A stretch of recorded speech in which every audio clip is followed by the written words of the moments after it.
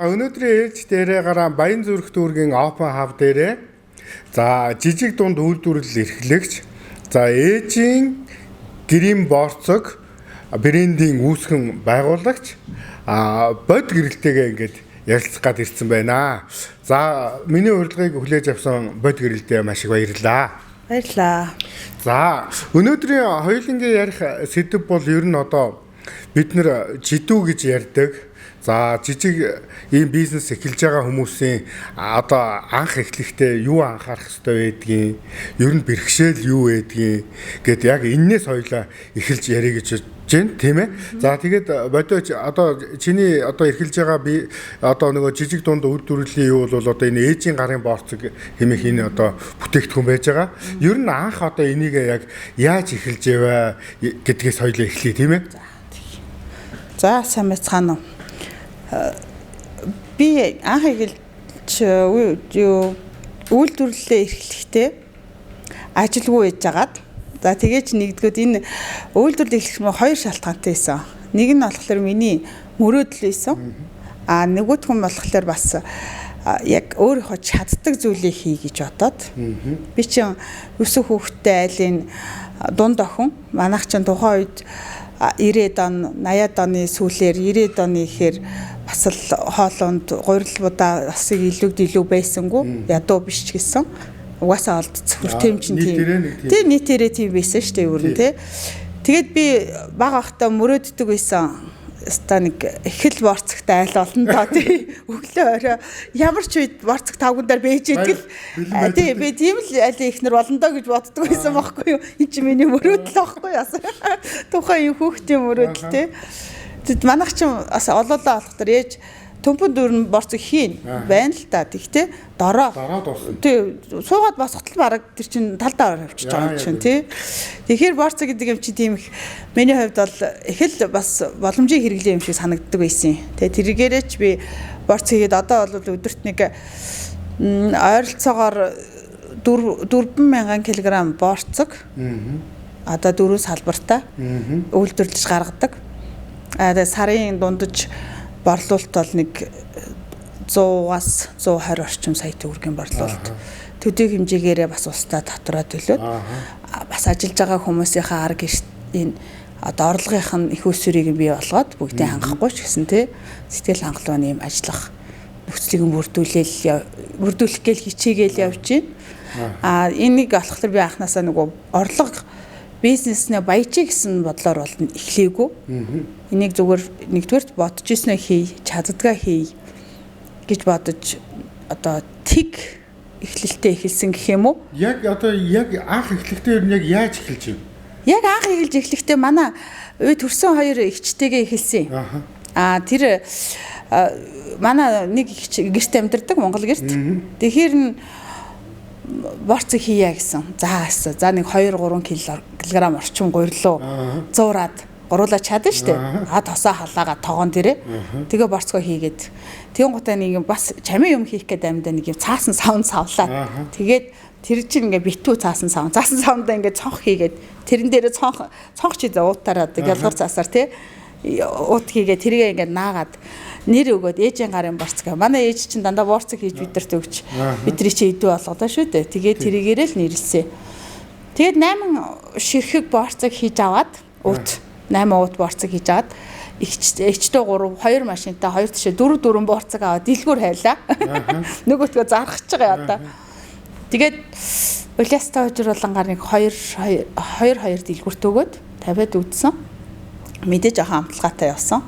Тэгэл ингээч жишээтэй өдөр тутам энийгээрээ ахаад тэгээ гэртээ хийгээд гарч амьдрах юм чи мэдээж энэ тэрэ өнөр танаар гарна тий. Тэгэхээр Монгол гэр худалдаж аваад за тэгээ гуруулаа тэндээ бүр яг одоо хөөрхөн үйлдвэр маягаар болсон. За зориултын чандаг тогоо худалдаж аваад. Энэ алхахлаар анханасаа нэг 8 борцог зарсан байж одоо байгаа мэж тэр дунд нэгч зээл нэгч үр бол тавьж байгаагүй. 8 борцгоор ихсэн бол 8 борцгийнхаа мөнгө дээрээс дахиад 16 болоо тий. Тэрнээсээ 32 болоод ингээл явцсан. Яг л ингээ ахиулаад явцсан. Зөвл тэгээд яг борцгийнхаа ав чанарт бол онцгой анхаарна. Эрүүл ахуй талаасаа ч гэсэн. Тэгээд яг тэр одоо зарчмын баримтлаад одоо 7 8 дахь жил рүү орж байна. Тий, жилдээ орж байна. Байнгын хэрэглэгчтэй. Бүр 7 8 жил хэрэгэлсэн байхгүй өдрүүд нь дурсаад над руу залгаад бүр ингээд баг танаа борцогч яа гэдэг дэлгүүртээ тэгвэл нь очих хүртэл 2 цаг хүлээгээ сууж идэг ш. Зарим хүмүүс авах гээд. Тэр манай зарим нөхөр ингээ ойлгодгүй ямар сони гэрэн борцог авах гээд одоо 2 цаг дэлгүүр хүлээгээ сууж идэг. Энэ их завгүй хот те. Яасан актер өнөж хэрэглэгч байт юм бэ гэж гайхдаг ш. Тэгэхээр одоо бодоо ингээд ийм гоё өнөөдрийг хүртэл ингээд ийм тэр 8 борцогноос эхлээд өнөөдрийг хүртэл ингээд яваад ийм үнэн хэрэглэгчтэй ингээд болцсон байна тийм ээ. Тэгэхээр энэний яг одоо нууц гэдэг юм уу? Юундаа байдгийг? Энэ бол би яг ингэж яг зорж ол хийж байгаагүй юм байна. Яг одоо ботход бол хамгийн гол зүйл нь нэгдүгээр чаддаг юм хийх хэрэгтэй. Хоёрдугаар тэгэхээр тууштай байх хэрэгтэй. Ер нь миний л бодлоор бол ямар нэгэн юм ингээд маш их ашиг гарна те. Бизнес хийгээ баяжин их том юм хөдөлтөж аавн те гэсэн үүднээс бол эхлэх одоо зохисгүй юм шиг санагддаг. Яг тухайн зүйлээ одоо өсөх хэмжээгээрээ одоо нэг одоо юунд хүрэх чадна зах зээлд. Одоо доктортой байр суурьтай болгож чадна гэсэн ийм зорилгоор эхэлчихвэл өөрөөсөө бутахгүй юм байхгүй. Тэгээд зээл аавна гэдэг чинь өөрөө бас хүнийг эрсдэлд оруулж, стресс оруулж одоо нэг ямар нэг зүйлийг цаг хугацаа харуулна шүү дээ. Зах зээлч харуулна, цаг хугацаа харуулна. Тэгэхээр зээл аавна гэдэг чинь зээл чинь цаг хугацаа хүлээхгүй шүү дээ. Тэгэхээр зээлээр ихэлсэн зүйл бас их эрсдэлтэй л байд юм шиг санагддаг. Тэгэхээр бас нөгөө дараас ихтэй тийм. Тий, дараас ихтэй тий. Яагаад гэвэл бид нар чинь нөгөө нэг тэгээр ихэлсэн болохоор 6 борцог болоо 6 борцогны хол мөнгөн дээр цаашаа ихэн шүү дээ. Тэгээд зээлтэй хүмүүс чинь сар бүр зээлийн төлөвлөгдөн нэхэгдэн. Нөгөө борлуулалтаас нь илүү өөр гарч ирнэ. Тэгэхээр чинь бас яг одоо үгийн байдал хүрсэн нууц нь бол нэгдүгээр үр зээлгүй, хоёрдугаар тэгэхээр тууштай. Маш бага мөнгө болоод гэр бүлийн хүмүүс маань хүртэл ойлгохгүй. Гэвч ямар ашигтай энэ чинь те? Ямар хэрэгтэй энэ чинь сар дотоо баг 200-300 мянга төгрөг олж штэ. Наадхаа чи яаж хүн амьдрахыг гэж хэлжсэн үе зөндөл байгаа штэ. Тэр чинь гол нь тууштай явчихаар одоо эргээ харахад бол тууштай явсан хүн болж чаддаг юм шиг байгаа. Одоо бодоо нөгөө ингээд нэг бизнес эхэлж хийх гэж байгаа хүмүүс чинь ингээл за эхлээд ийм бизнес хийлээ тэр бүтлгүүтлээ за энийг хийсэн чинь энэ яалаа гэл ингээл маш их олон ингээл юмнууд руу савчж ороод гэдэг юм уу эсвэл нөгөөх нь үр дүн хүрэхгүй болохоор нөгөө түрүүний чиний хэлдэг шиг ууггүй бишнээсээ болоод шантардаг ч юм уу ингээд нэг ингэдэг штэ тий одоо чиний хувьд бол бас өмнө нь ямар бизнес одоо энэ талаараа яриул би бол бизнес өмнө нь хувийн бизнес бол хийж байгаагүй. Ялгаахгүй сургуулиа төгсөөд дээд боловсралтай бас гадаадд ч сурч явлаа, ажиллаж явлаа, бизнес бол хийж ирсэнгүй. Монголдо ч ажиллаж ирсэн. Тэгээд би бас яг тэгж ярьж байгаа хүмүүс бол мэдээж орчин тойрон зөндөл байгаа. Бүх нийгэм мэдчихэл байгаа. Гэтэ би тэр хүмүүсийг буруутгахгүй, магадгүй зөв юм олж эхлэхгүй ч гэж болно шүү дээ, тий? Бас нэг шалтгаан хамгийн гол зүйл бол тэр чин бизнес одоо сая хэлсэн эхлэх бизнес эхэлж байгаа хүмүүс жижиг орлого эхний ээлжинд бол орлого олохгүй ч байж болно. Тэрнээс нэгдүгээрс эхний ээлжинд шантарчна. За хоёрдугаар тэгэхээр их өндөр дүнтэй өөр зээл аваад эхэлнэ. Тэрнээс шантарна. Бас зээл өгөхгүй байгаад бүр шантарна тийм ээ. Зээл байхгүй юм чинь би бизнес эхлэх одоо их усөр байхгүй гэж бодож бас шантардаг байхгүй. Уг нь яг миний үзэхээр бол үгүй. Бизнес эхлэх гэвэл нэгдүгээр том ашиг харахгүй. Цаг хугацааны уртаа тэргүү эн чинь брендинг болоод явчихна. Очроо олоо явчихна. Хоёрдугаар тэгэхээр зээлэр бол бизнес эхлүүлэхгүй байх гэдэг би бол тийм зарчимтай. Тэр ч утгаараа яг одоо би эргээд яхад нэг том бизнес болоод баяжаа тий актер цөм хийгээл том машин унаал хаус амьдраагүй ч гэсэн одоо миний болон бусад гэр бүлүүдийн 17 хүний яг одоо орлогын их өсвөр очиж байна. Одоо ингээд үйлдвэрчин бол 17 бараг 20 хүмүүсийг ажлын байраар хангаад цалин хөлс өгөөд ингээд явж штэ тийм ээ. Тий. Энэ дээр бас яг биний засцыг өөрийн нүцэг ажиллаж байгаа хүмүүсийг ажиллаж байгаа хүмүүсийг одоо ажилчдаа ялангуяа маш их кэрлэх хэрэгтэй. Өөрөөсөө тий хамгийн гол мөнгө олох өөрөө ингээд яг хийх гэж байгаа зорж байгаа зүйл нь бүтэх бүх юмны үндэсгүүр нь бол манай ажилчид. Тэгэлгүй яа. Тэгэхээр цагийн уяатан байдал, цалин мөнгөний уяатмал мэдээж би тэр хүмүүст аль болох баг өгөхгүй л те аль болох тэр хүмүүсийг урт цагаар ажиллуулах гад байвал надад ашигтай гэж одоо хүмүүс боддог баг. Эсэргээрээ шүү. Эсэргээр аль болох их өгөх тусам, аль болох баг цагаар ажиллах тусам, аль болох хайрлж гэрэлэх тусам миний ашиг орлого тэргүү цаагаараа өсөж идэг. Тэр хүмүүс чи яагаад гэвэл яг миний хийж байгаа ажил дээр бүр онцлогтой. Яагаад гэвэл хүнсний үйлдвэрлэл энэ маш аюулгүй байх хэрэгтэй, цэвэр байх хэрэгтэй, тийм ээ? Тийм болохоор орлого ашигтай биш зөвхөн ерөөсөө ажиллаж байгаа хүмүүстэй л анхаарлаа хандуулж хэрэгтэй. Ажиллаж байгаа орчин нөхцөлдөө хүмүүстэй тэгэх юм бол тэргүүс чинь тэгээд ажиллаж байгаа хүмүүс маань ажилдаа ад жаргалтай сэтгэл хангалуун. Тий, надаар хэлүүлэхгүй тэр хүмүүс чинь гоё юм хийхээсэн те. Цэвэрхэн юм хийхээсэн. Бүр ингээд тэр хүмүүст нь бүр сэтгэлд нь тийм орчдөг байхгүй юу. Тэгэхээр би тэр нэг заастаа өнөө өдөр энэ сард борлуулалт муу байлаа, энэ сард сайн байлаа гэж бодхосоо илүү. Энэ сард би ажилчтайгаа яаж харцав? Энэ сард ямар урамшуул өгөө? Өгсөн мөнгө маань тэр хүмүүс хүрч байгаа болоо. Ийм юмд их санаа зовдөг. Яг үнэ одоо энэ чинь нөгөө нэг ганц эзэн баяжчих биш нийтээрээ гоё ингээд бай гэсэн санаа шүү дээ тийм ээ. Тийм. Ер нь бол шударгаар хэлэхэд бол миний одоо олгож байгаа ажлаас авсан цалингаараа тэр хүмүүс баяжихгүй байхгүй хизээч. Тэр үнэн.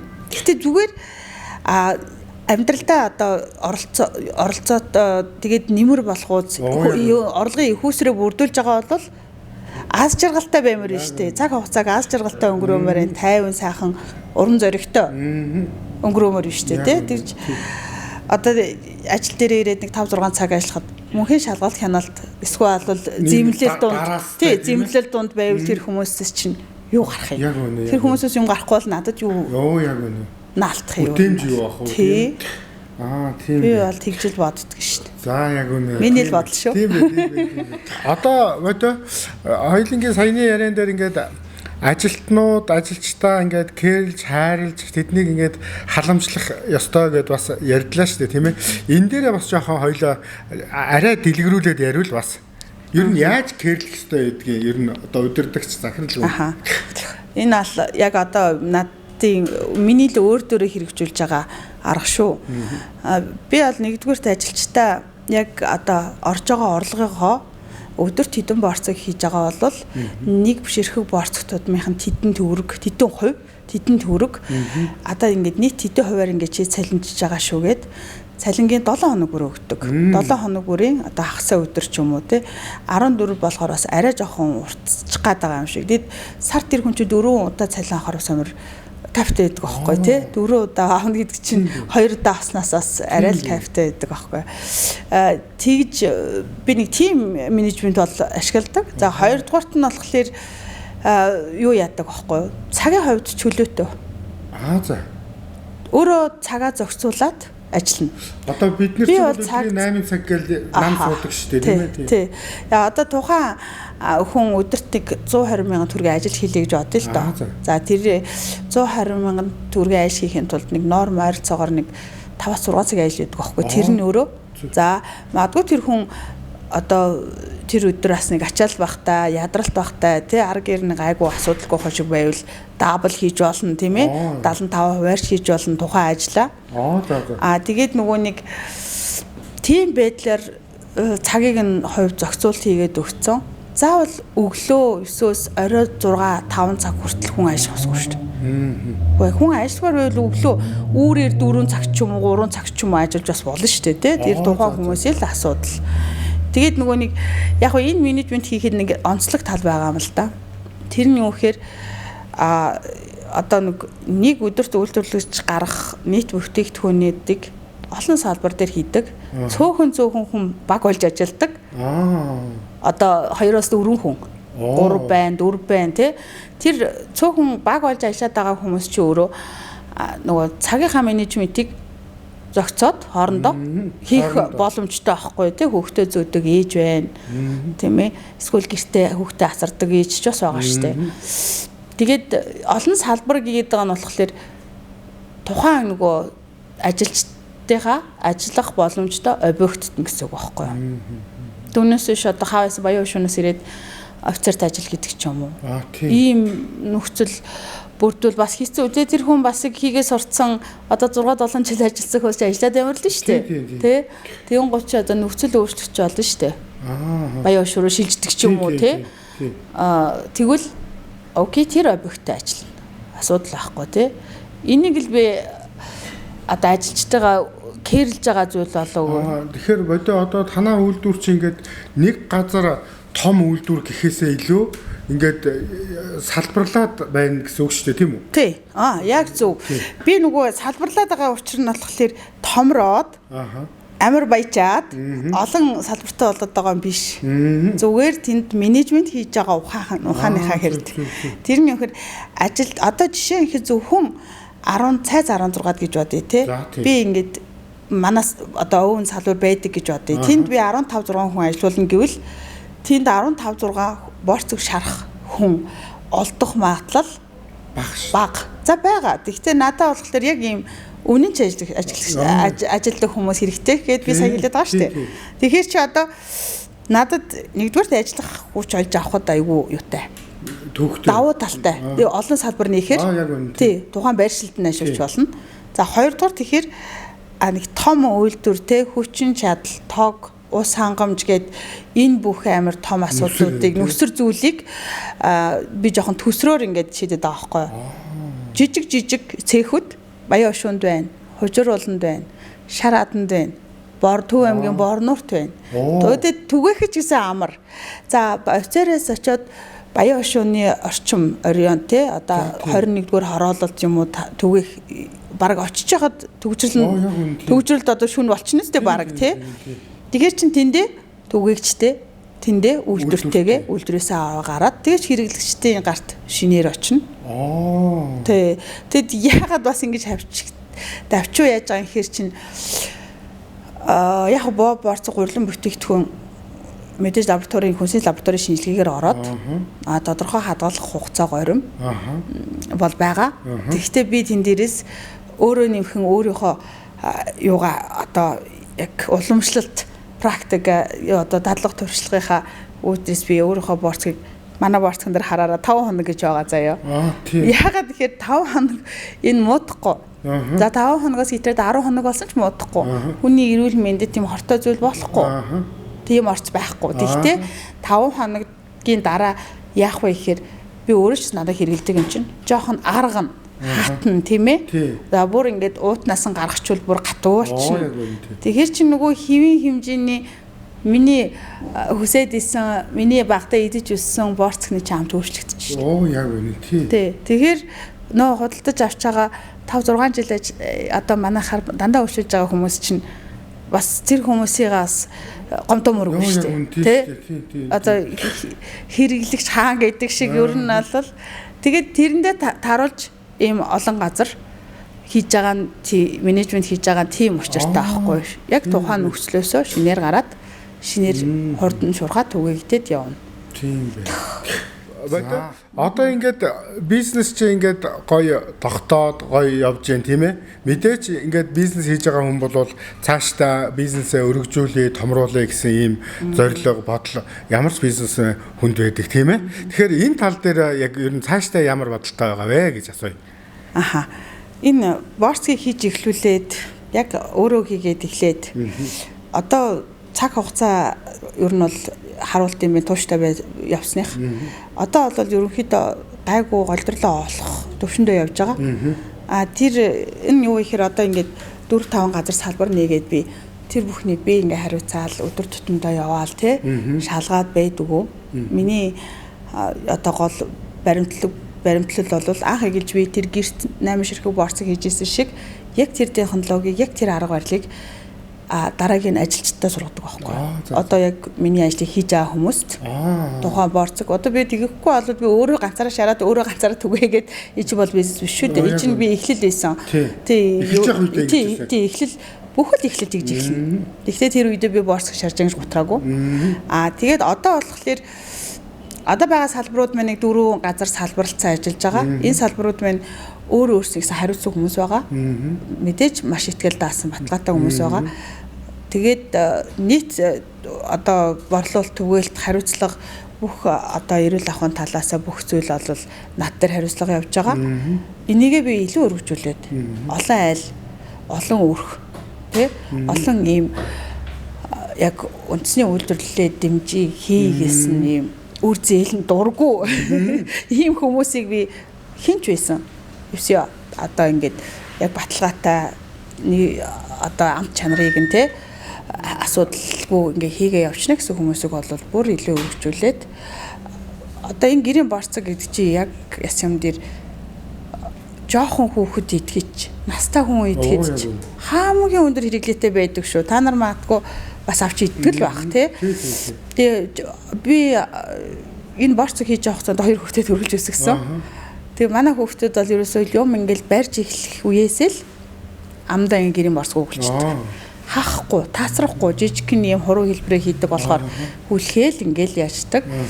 Тэгээ би бас нэг тодорхой хэмжээний юм дотоодын үйлдвэрлэж байгаа зүйл чанар эрүүл ахуйн баталгаатай зүйлийг бас нэг энэ хүмүүсийг хэрэглээд аль бол хүртээмжтэй нийлүүлэх юмсан гэж одоо хүрээгээ жоохон тэлэх юмсан гэхэд зорио явж байгаа. Энд бол асуудал байхгүй. Ганц л асуудал байгаа. Маш найдвартай хүмүүс л яг миний л одоо тэр арга барилаар л хийдэг хүмүүс л байгаад ах юм бол энэ бол өргөчөөл байна. Би ч гэсэн ийм хүмүүсээ олж авч чадсан гэж боддог. Өглөө бүр одоо бодож босч ирдэг штэ ажилчтай. Одоо бодоо энэ ярианаас ч бол би ингэж ойлгож байна л да. Одоо юу гэдгийг танаа нэг салбар дээр ингээд ажиллаж байгаа хүн магадгүй бүр нэг өөр газар за би нэг ийм салбар нээе гэхэд энэ дээр нь бол нээлттэй байх нь л гэсэн үг шүү дээ. Ер нь бол тийм ээ. Тий, анх хэлж эн чинь нэг салбар байгаад. Тэнд 4 хүн ажиллаж байгаад 4 тишээ явсан юм баггүй. Одоо тэгвэл нэг салбар дээр 3 хүн ажиллаж байгаа гэж бодъё. Бас 3 тишээ явж болох байхгүй. Яг. Тий, салбарлаад. Яг тийм. Тий, энийг л би тэлий одоо нэг тий, актер нэг JS мэс тий. CU шиг биш ч гэсэн. Яг тухайн хэрэглэгчдэд ойрхон шин аюу гоё ажиллаж байгаа хүн маань тэндээ ойрхон, гэртээ ойрхон хариуцаа явждаг нөхцөл байдлыг л бүрдүүлэе гэж бодоод байгаа байхгүй. Тэгэд ингээд салбарын ихэр хүмүүс ингээд бодоод намайг актер баян шаацууд газар аваал те объект барайл. Үгүй штэ. Чин тэр объект мөвдгээс би анх ингэж гэрт хийж Монгол гэрт хийж эхэлж исэн. Тий. Одоо шин манай ажилч нэг бата цэцгээ ч юм уу те. Окей би энийг чинь ингээд яг хашаандаа ингээд стандартын дагуу те цэвэрхэн гэр бариад яг одоо энийгээр чи би ингээ хийгээд явъя. Бие дагаа гарья гэвэл окей. Шууд гараад явж болно. Гол нь л нөгөө эрүүл ахуй чанар яг одоо амт чанар борцогч гэсэн айгүй нарийн. Борцог гэхэр хүмүүс борцог гэж бодох. Тэр нь чинь орц хэлбэр дүрс савлгаанаас эхлүүлээд өчнөө нарийн юм бас байдаг. Тэргээ барай явах юм бол өргөжөөл яваал юм.